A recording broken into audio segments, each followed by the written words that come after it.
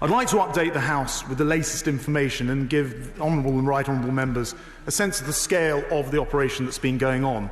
We put arrangements in place to bring back 150,000 people across 50 different countries. This requires over 1,000 flights by the CAA, chartered aircraft, over the next 2-week period.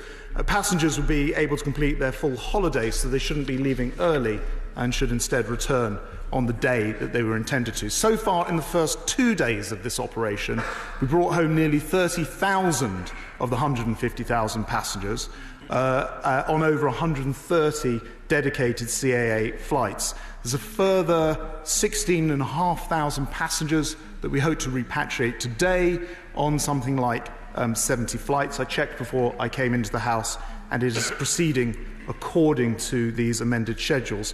So far, 95% of people have been repatriated to their original point of departure. And again, we haven't been able to bring everybody back to the airport from which they left because of the difference in size and shape of those aircraft that are available. In the first 2 days, we've therefore provided onward travel for 2,300 passengers and have arranged an additional flight from Gatwick to Glasgow to relocate passengers who were flown back to the wrong airport because of that scheduling issue.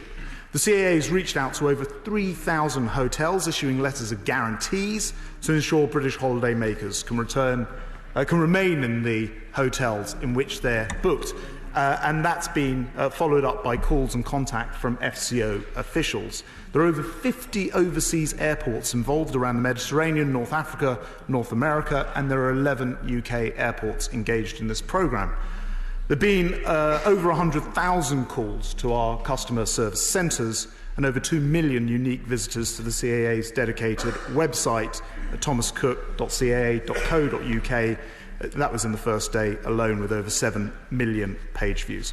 In total, there have been 10 government departments and agencies involved, including DfT, FCO, BEIS, DWP in London, and our extensive diplomatic and consular network in those countries affected. I've been hugely impressed as this programme has been rolling out in the last couple of days. The response from actually everybody involved, including Thomas Cook passengers, who've been generally positive, with many praising the CAA, local staff and government officials, even though there's been considerable disruption. For example, people haven't been able to advance check-in as people are used to doing these days, instead having to queue to check in for every single flight, and therefore causing some of the queues that you see on the television screens. It has, though, been generally well organised and extremely professional by all those involved.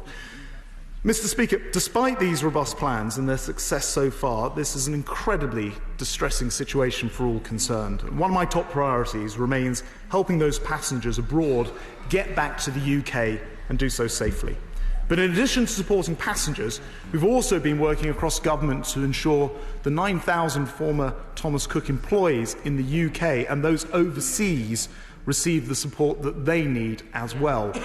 The decision by Thomas Cook's Group Board has been deeply upsetting for employees who are losing their jobs. DWP's Job Centre Plus Rapid Response Service is in place, helping workers to get back into employment. The Job Centre Plus Rapid Response managers across the UK are ready to engage with the liquidators to start that vital work.